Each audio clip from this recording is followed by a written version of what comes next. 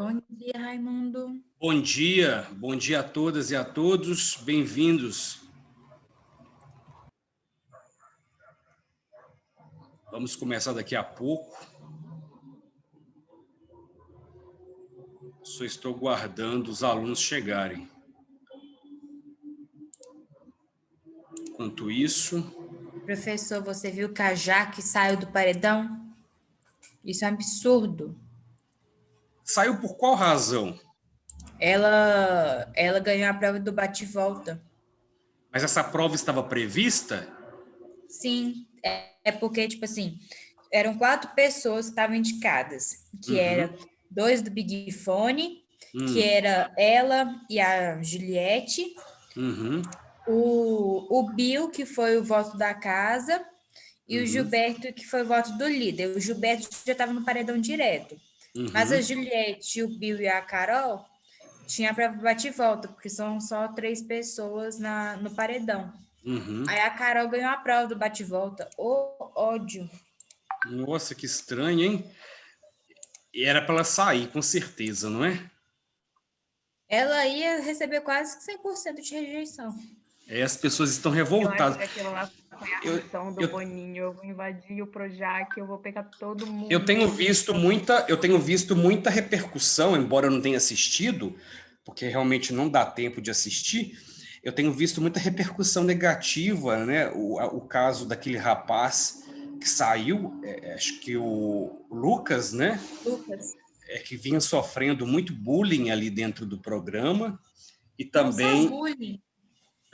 Tortura psicológica, praticamente. Tortura psicológica, né? E várias pessoas decepcionadas com alguns artistas que estão ali, que eram artistas que vieram, né, de periferia, ou que passaram por dificuldades e reproduzem comportamentos inadequados, né? Então, tem sido um programa que chama muita atenção. Não sei se foi proposital, né, fazer um programa assim, ou se as pessoas estão se revelando, né, como realmente são naquele contexto. Bem, pessoal, eu vou começar fazendo a chamada, então, porque, como eu disse na semana passada, é muito importante a frequência. No ano passado, tivemos alunos com pouquíssima frequência. E, neste ano, a frequência é um dos quesitos para aprovação, né? Então, eu vou começar fazendo a chamada e depois nós continuamos a conversar. Deixe-me só ver os nomes aqui. Anelisa está presente? Presente. Ana Carolina. Parece que não está presente. Aike. Gabriel Fontinelli. Parece que não está presente. Guilherme Henrique. Também não. Gustavo Henrique. Hernando. Isabela.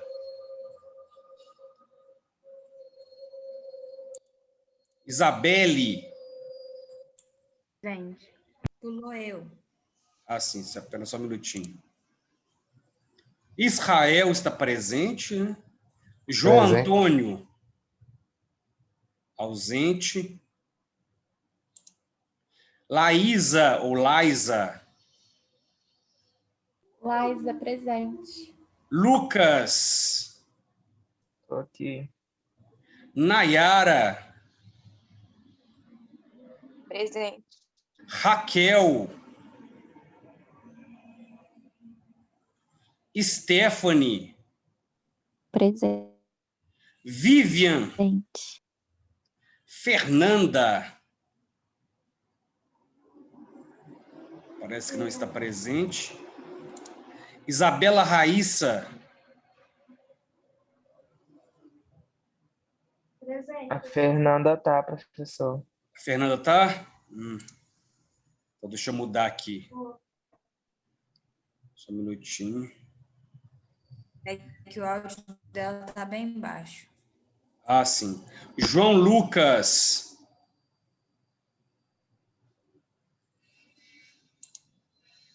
Alice. Mateus.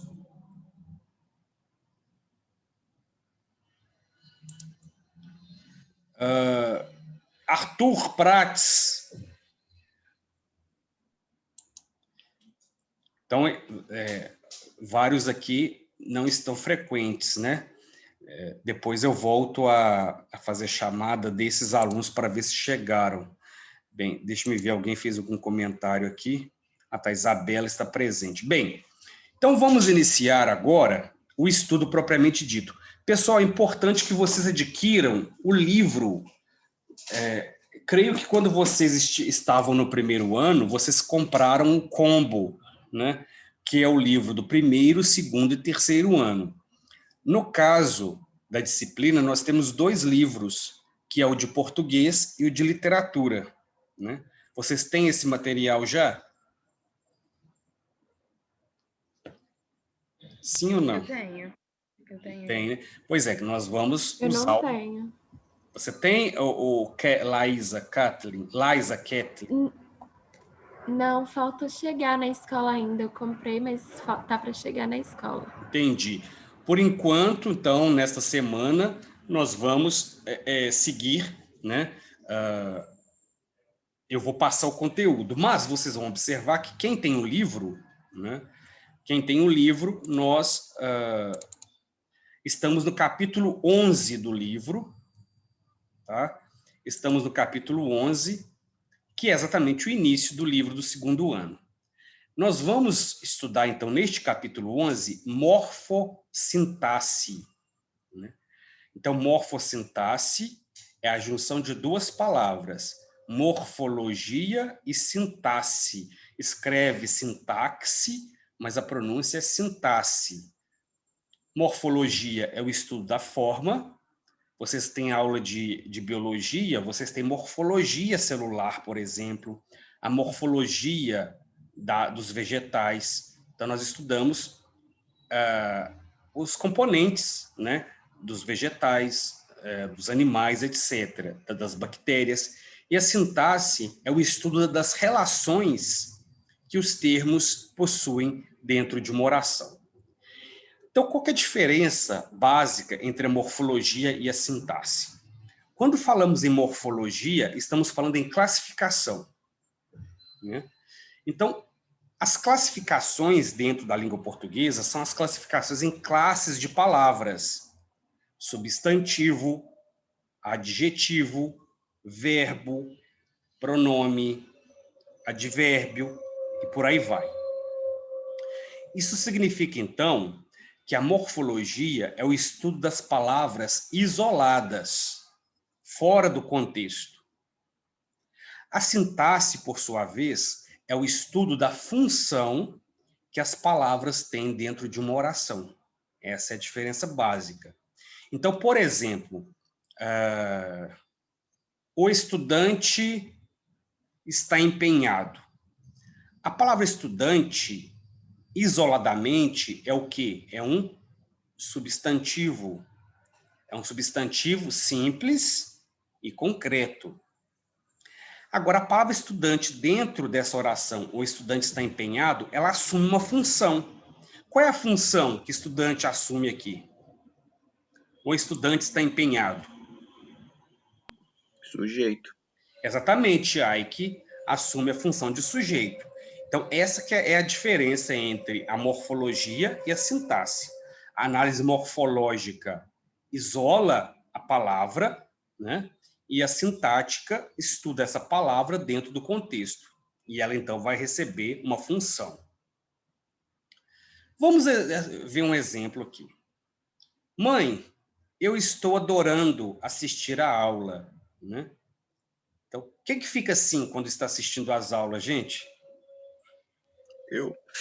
Você fica assim, Ike? É mesmo? Exatamente assim. Gente, Não pode, o que eu falei? Acho que eu falei com vocês. Quando você vai assistir a aula, primeiro, não pode ficar na cama. Quem está na cama aí? Não é possível. Esse horário... Ah, não. Você está na cama, Raik. Pois é, não pode, gente, porque o que acontece... Eu não entendo muito de ciência, mas eu penso que se você está na cama, parece que algo no seu organismo avisa, né, o seu cérebro que é para você dormir. Eu digo isso porque eu só consigo estudar na cama. Eu tenho esse problema. Então, estou falando com vocês, mas eu mesmo faço isso. E eu nunca consigo terminar de estudar. Eu começo a estudar e durmo. Porque o fato de estar deitado na cama predispõe você a dormir, ou pelo menos a ficar muito disperso, relaxado, né? Ainda mais com esse frio que está fazendo. Então, primeira coisa, sai da cama para estudar. Ah, mas eu não consigo. Faz um esforço, né? Fique longe, tranque a porta do quarto para você não ver a cama, né? Coloque o sapato, uma roupa de escola e vai se sentar à frente do computador.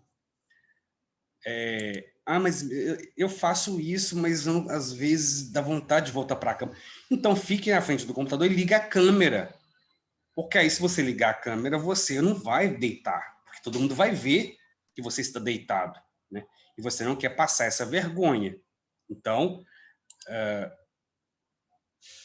aceitei, Isabela, obrigado. Então, você faz esse processo para que você não durma. Então, se você ficar que nem esse gato está, à frente do computador, sobre o teclado, né? Aí você realmente não vai prestar atenção. E é engraçado que eu tenho gato que faz exatamente isso na casa. Tá bom, Raquel.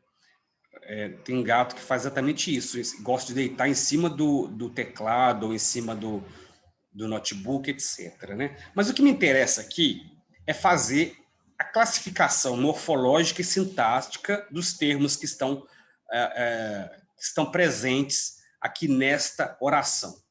Né? Vamos lá. Mãe. Vamos fazer uma análise morfológica. Qual é a classificação da palavra mãe? Substantivo. Muito bem, é um substantivo. Isso, análise morfológica. Né? Eu. Qual é a classificação de eu morfologicamente? É um sujeito. Não, aí é análise sintática, né? Mas morfológica. É um pronome? É um pronome. Então, pronome, muito bem. Estou. Análise morfológica. Verbo. Verbo. Verbo. Adorando. Verbo também. Verbo também. Assistir. Verbo também. Verbo. A, com crase, é uma preposição. E aula, substantivo. Né? Então, fizemos uma análise morfológica. Porém, não dá para fazermos essa análise quando formos ler, estudar a oração como um todo. Porque cada palavra vai assumir uma função aqui. Mãe, tem qual função? Isso aqui a gente aprende lá no 9º ano. Mãe. É objeto, professor? É o vocativo. Né? Ah, é vocativo. É o vocativo. O vocativo, então, ele se isola do restante da oração. Então, ele geralmente vem separado por vírgula. Então, o vocativo não vai fazer parte da nossa análise. Né? O eu será sujeito, né? E todo o restante aqui, predicado. Aí eu posso fazer a análise desse predicado, observando, por exemplo, né? Estou é um verbo de ligação, né? Estou adorando o quê? Assistir. Assistir a quê? A aula. Então, tem um predicado, né? Verbo nominal. Então, nós fazemos esse tipo de análise que é mais complexa, mas aqui atenta para as funções que os termos executam dentro de uma oração. Então, vamos observar um exemplo de como se dá a análise morfológica e análise sintática. Utilizamos a água sem desperdício. Então, em termos morfológicos, né, utilizamos, será o quê? Terceira pessoa do plural do verbo utilizar, conjugado no presente do indicativo, voz ativa. Isso é análise morfológica. A, artigo definido. Água é um substantivo comum. Sem, uma preposição. E desperdício é um substantivo abstrato. Agora, essa mesma oração em análise sintática. Aí vou analisar as funções. Utilizamos é um verbo transitivo direto e indireto, né? Porém, quando eu digo utilizamos, significa que alguém executa essa ação. E como eu sei quem executa a ação? Por conta da chamada desinência verbal, o finalzinho do verbo, mos, utilizamos, significa que sou eu e você. Então, neste caso, o sujeito é oculto nós, né? Quando o sujeito não é claro, mas ele está na primeira ou na segunda pessoa, nós chamamos de sujeito oculto. Por exemplo, chegamos atrasados, sujeito oculto, nós. Pegue o livro, sujeito oculto, tu, porque eu sei pela desinência que eu estou me dirigindo a você. Nessas duas condições, o sujeito é oculto.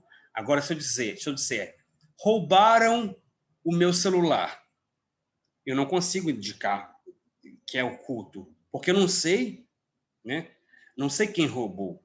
Não dá pela desinência, porque pode ser os ladrões, os assaltantes, as irmãs de caridade, as crianças, os mendigos, os malfeitores. E pode ser uma série de pessoas diferentes, né? A água será objeto direto, né? O núcleo é água, e sem desperdício é objeto indireto, e desperdício é o núcleo do objeto. Então, essa é a análise sintática. O que significa para nós, no segundo ano? Que nós faremos somente análise morfológica, nós não faremos análise sintática. Existe essa divisão. No segundo ano, a análise é morfológica. É uma preparação para o terceiro ano, quando a análise é toda centrada na sintaxe. Essa é a diferença básica do segundo ano para o terceiro em português. Então, como eu disse em aulas anteriores, toda a nossa matéria de português será baseada em análise morfológica.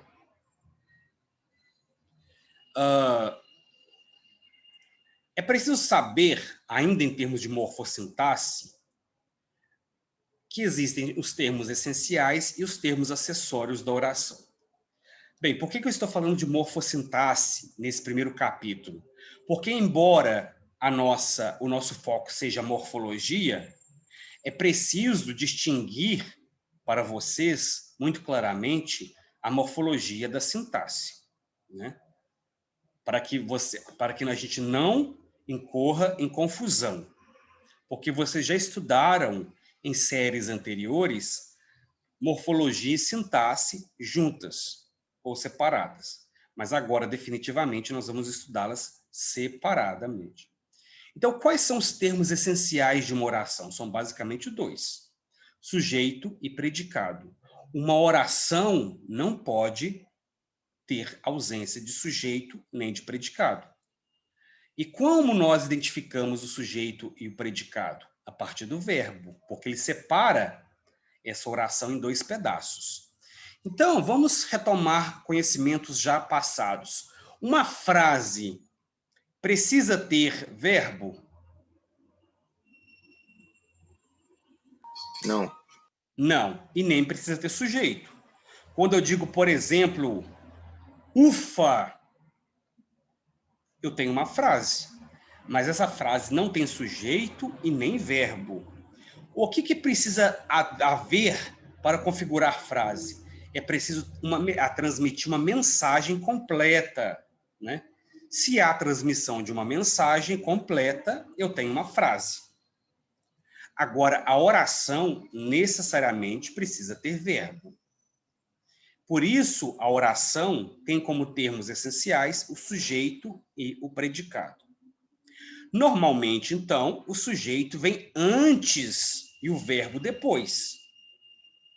Com exceções daquelas orações complexas que ocorrem em poemas, por exemplo. Um exemplo mais claro é a introdução do nosso hino nacional. Ouviram do Ipiranga, às margens plácidas, de um povo heróico, o brado retumbante. Né? Vejam, a oração começa já com o verbo. Ouviram do Ipiranga, às margens plácidas, de um povo heróico, o brado retumbante. Isso significa que a língua portuguesa tem uma peculiaridade que a distingue, por exemplo, do inglês. Na língua portuguesa, é possível fazer essas inversões frasais. No inglês, não. O inglês segue a estrutura mais básica, sujeito, verbo, complemento. Então, voltemos a essa oração. Ouviram do Ipiranga, às margens plácidas, de um povo heróico, o brado retumbante. Se a oração começou com verbo, né, alguém realizou uma ação. Quem realizou a ação aqui? Ouviram do Ipiranga, às margens plácidas, de povo heróico, brado retumbante. Bem, alguém disse que é do povo heróico. Não é. O que eu preciso fazer aqui? Eu preciso colocar essa oração no seu sentido tradicional. O que eu faço quando eu encontro, então, uma oração com inversões? É fazer a locação adequada dos termos sujeito, verbo, complemento. Então, o que eu devo fazer? Colocar o sujeito à frente do verbo. Às margens plácidas do Ipiranga, ouviram o brado retumbante de um povo heróico. Então, as margens plácidas do Ipiranga é o sujeito da oração. O que esse sujeito faz? Ouve. O que eu ouvi? O grito, o brado retumbante de um povo heróico. Então, o início do nosso hino nacional está ligado exatamente a qual situação? A situação na qual, ao grito da independência, chamado grito da independência, que ocorre ali às margens do rio Ipiranga. Esse grito da independência, né, esse brado retumbante, esse grito retumbante forte, é testemunhado. Quem que testemunha, segundo o hino nacional, esse episódio? Quem é a testemunha que observa esse episódio marcante da nossa história? O rio Ipiranga. O rio Ipiranga. Então, neste caso aqui, o rio Ipiranga é personificado, né? Porque é capaz de ouvir, então é personificado e ouve o brado retumbante de um povo heróico. Né? Que, na verdade, aqui, esse início do hino nacional já indica uma como é que eu vou dizer? Uma farsa, digamos assim, porque não foi assim um brado retumbante, um povo que estava ali às margens, grito, independência ou morte, né? Morte de quem, né? Independência do quê? Então, as margens plácidas do Ipiranga são o sujeito. Aí eu preciso, uma vez que encontrei o sujeito, encontrar o núcleo do sujeito. Qual é o núcleo do sujeito? As margens plácidas do Ipiranga. Ipiranga. Não, margens. É a palavra mais importante. As margens.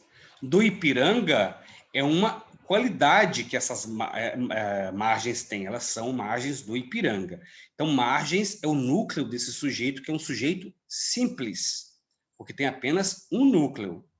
Né? Então, já achei o termo essencial, sujeito. E o predicado, ouviram o brado retumbante de um povo heróico. Ouviram o quê?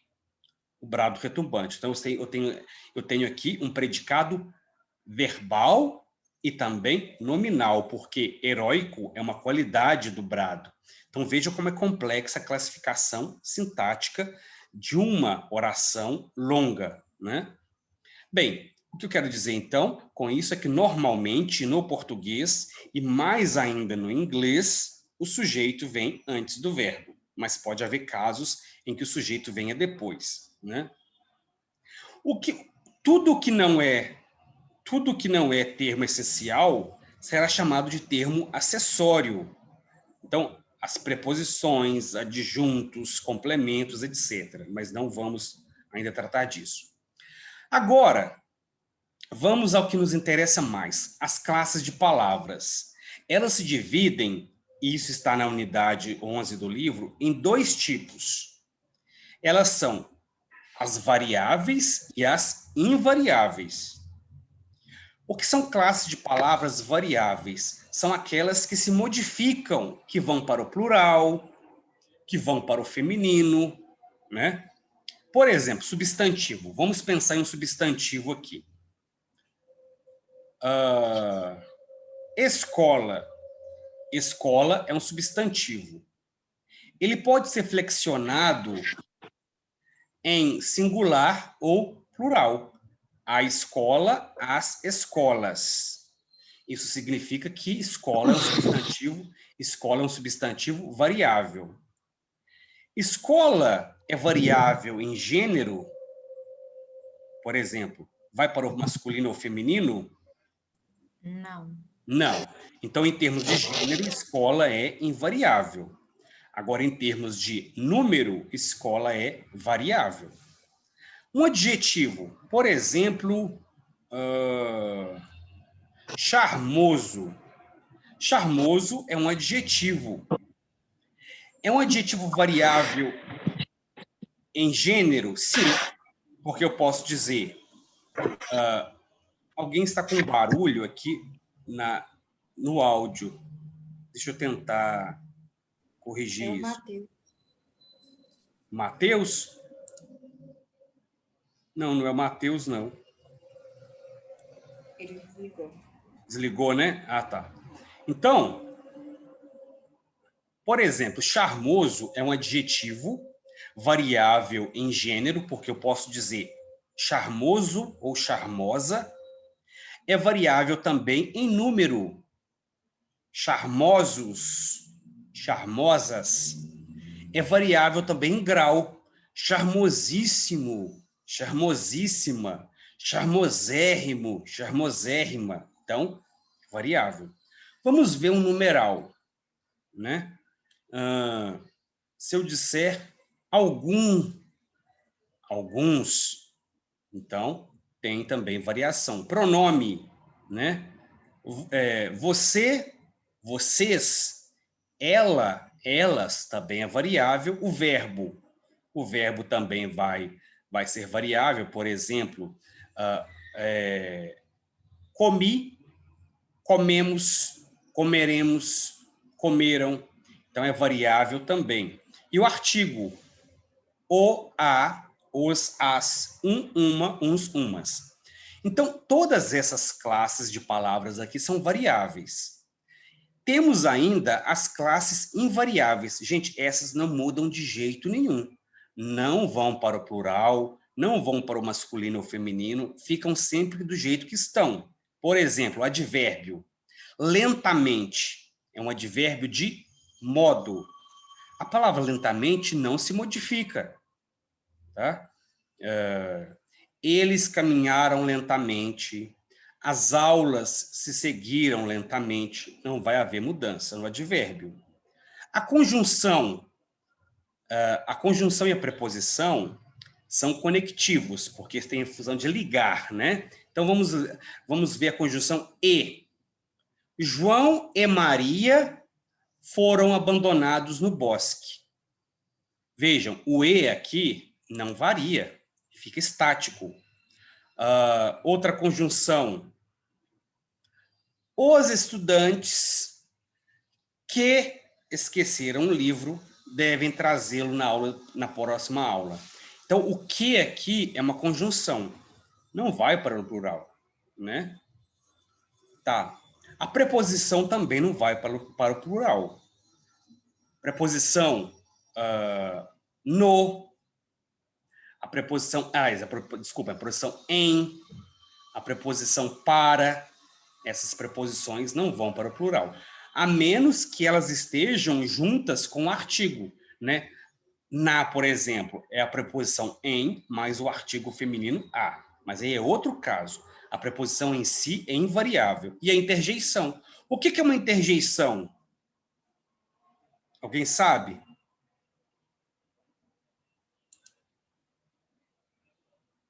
O que é uma interjeição? Lembro, não. É uma exclamação que nós fazemos. Por exemplo, quando você, Ike, suponhamos que está fazendo muito frio e você bate com o dedão do pé no calçamento da sua rua, o que você fala? Ai. Ai é uma interjeição, né? Suponhamos que... deixa eu ver, alguém escreveu alguma coisa aqui no chat, deixa eu ver. Ai, ai, dor, a Isabela. O Lucas Trindade falou, ai, ai, dor. Nem sempre as pessoas falam isso, não, né? As pessoas geralmente usam interjeições mais contundentes, digamos assim.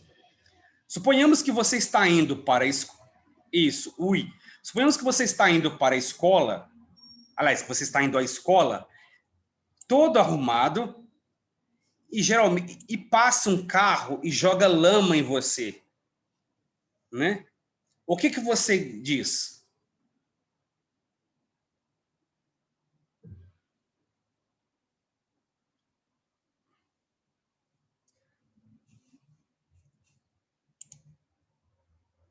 Então, a pessoa diz que xinga, mas o próprio xingamento é uma interjeição, porque você diz, arf, ódio, que raiva, né? Isso é interjeição. Isso. Essas são interjeições, né?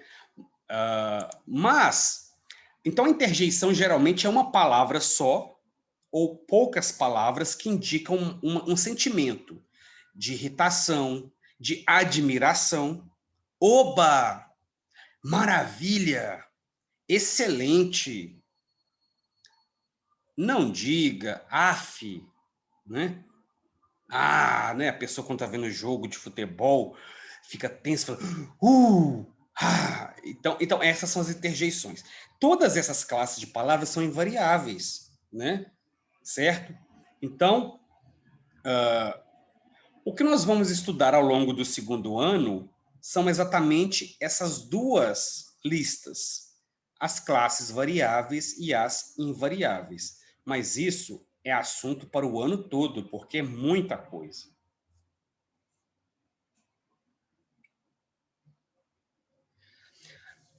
Como eu falei agora há pouco, algumas classes de palavras podem ser combinadas ou contraídas, né? Vamos ver um exemplo de contração. Por exemplo, a preposição por mais o artigo a forma a preposição pelas.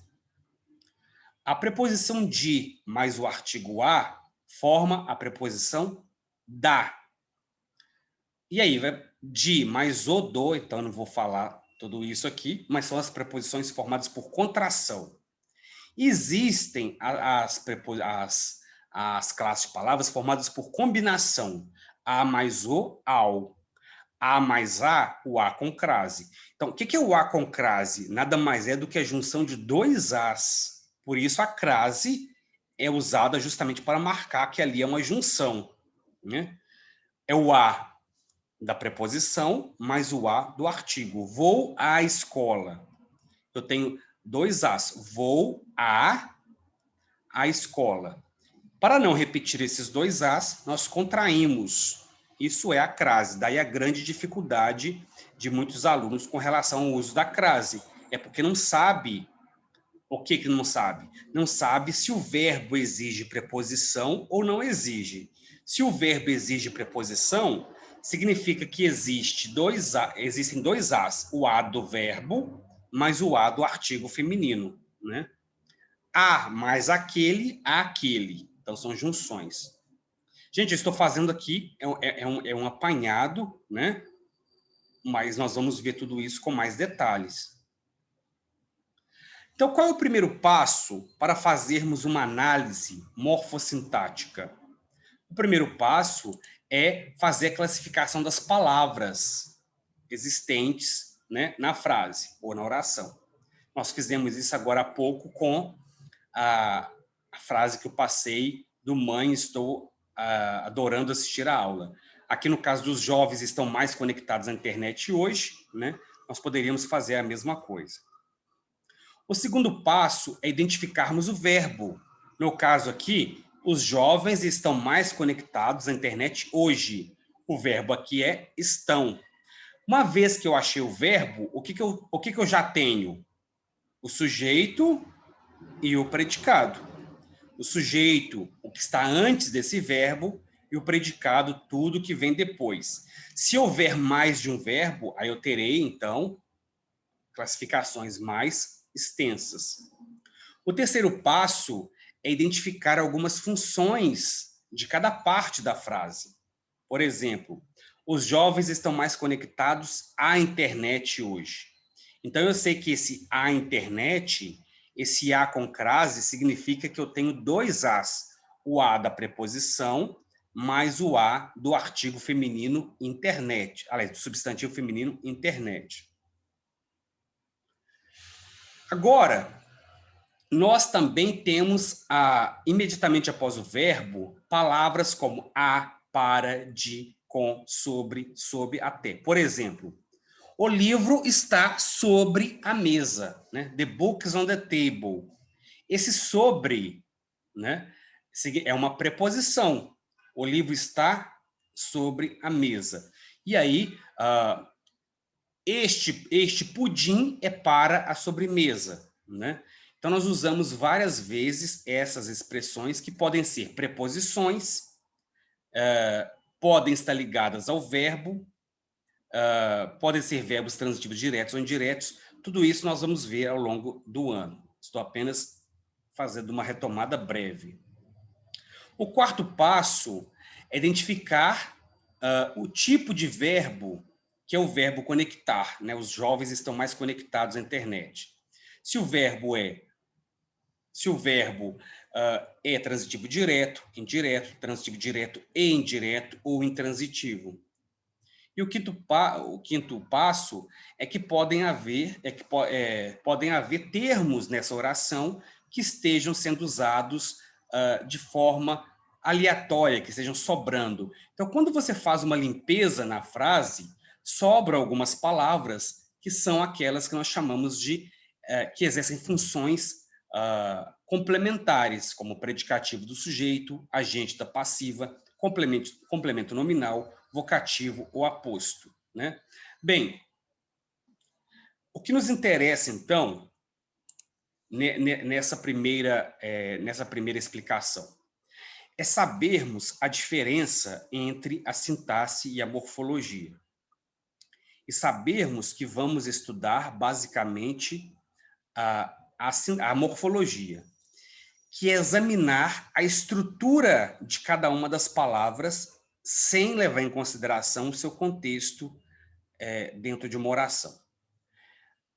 Uma vez que fazemos isso, nós estaremos prontos para o terceiro ano, quando nós faremos análises complexas, né? Aí, das funções que os termos exercem dentro de uma oração. Pessoal, o tempo aqui se esgotou, né? Então, a gente se encontra amanhã.